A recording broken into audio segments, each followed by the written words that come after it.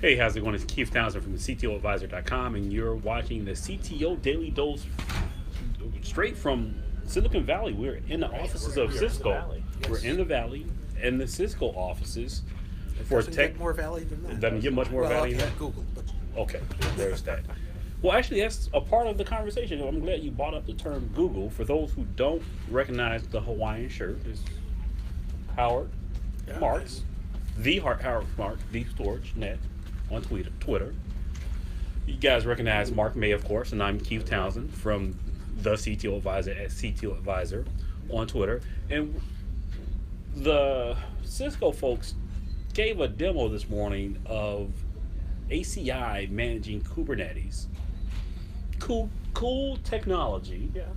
But how? You always need to orchestrate that network layer somehow. well, and especially with containers where they're so ephemeral. You've got containers popping up and disappearing.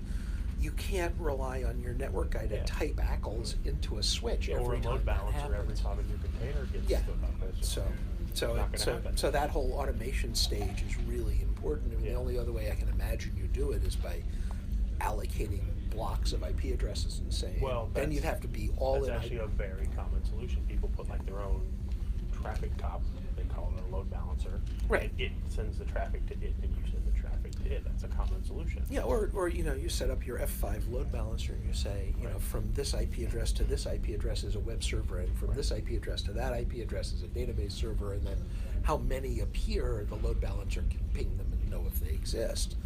But unless you're 100% IPv6, when you start doing that with containers where you might have 1,000 they're too ephemeral at a time, they're too ephemeral and you don't have enough addresses to work with. So, I was actually just thinking just now is how many people are going to want to take an open source product like Kubernetes and apply, Cisco big box in front of it to continue that orchestration? Are they going to want to use an open source technology? Because a lot of the CP developers are driving this, and they love their open source.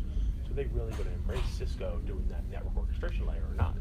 So it became a pretty interesting separation of duties. See, the presenter used the concept DevOps team versus networking team, which I don't know if I've ever heard it pitted that way. It's kind of like, either you accept DevOps enterprise-wide or throughout IT. But I think we like to say DevOps is enterprise-wide, but all the implementations I've seen in the wild are developers, operations, and a person that's kind of a go-between. Yeah, I mean, most of the DevOps I've seen are developers who are conscious that ops will have to eventually take this over. And they want to go fast. Or it's about operations automating with tools like Ansible or Chef.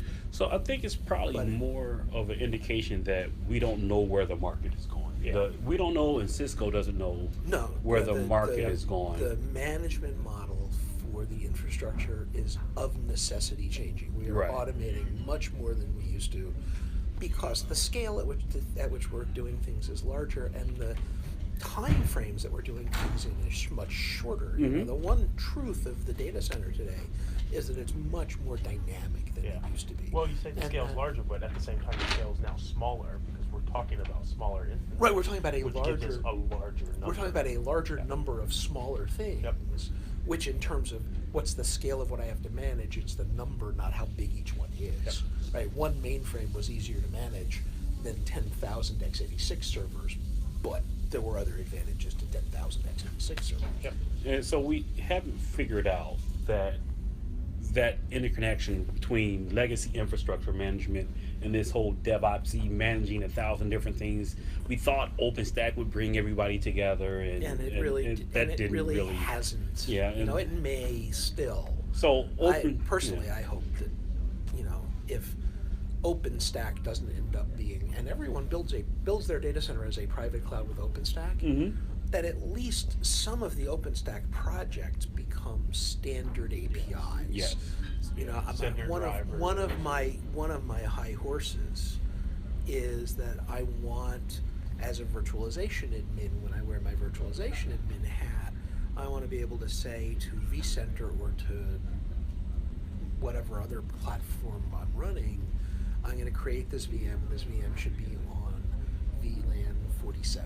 Right. And now that means that this VM is being instantiated in this cluster, and now VLAN47 has to exist on every other host in that cluster, so that when DRS moves it around, it's automatically there, and the host-facing ports on the switches have to have VLAN47, and so VLAN should be able to talk to the internal vSwitches using whatever protocol VMware uses internally, and externally to the switches via Neutron, to say instantiate VLAN47 on these ports because I'm going to need it later. So I think what you just summed that up is standard APIs into everything would be good.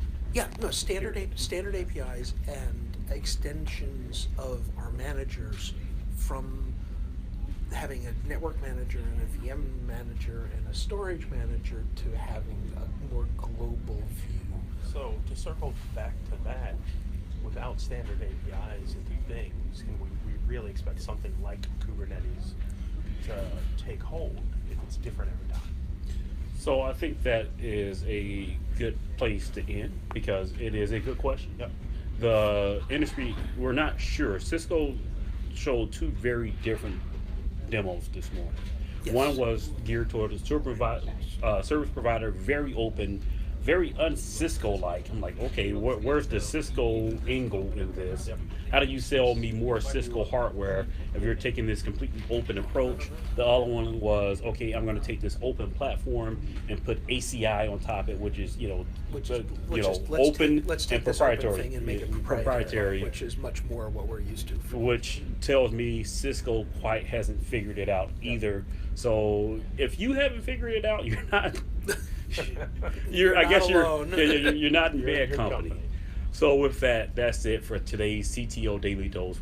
Maybe we'll get another one in, because Tech Field Day is a non-ending marathon. It feels like We could do a dinner one.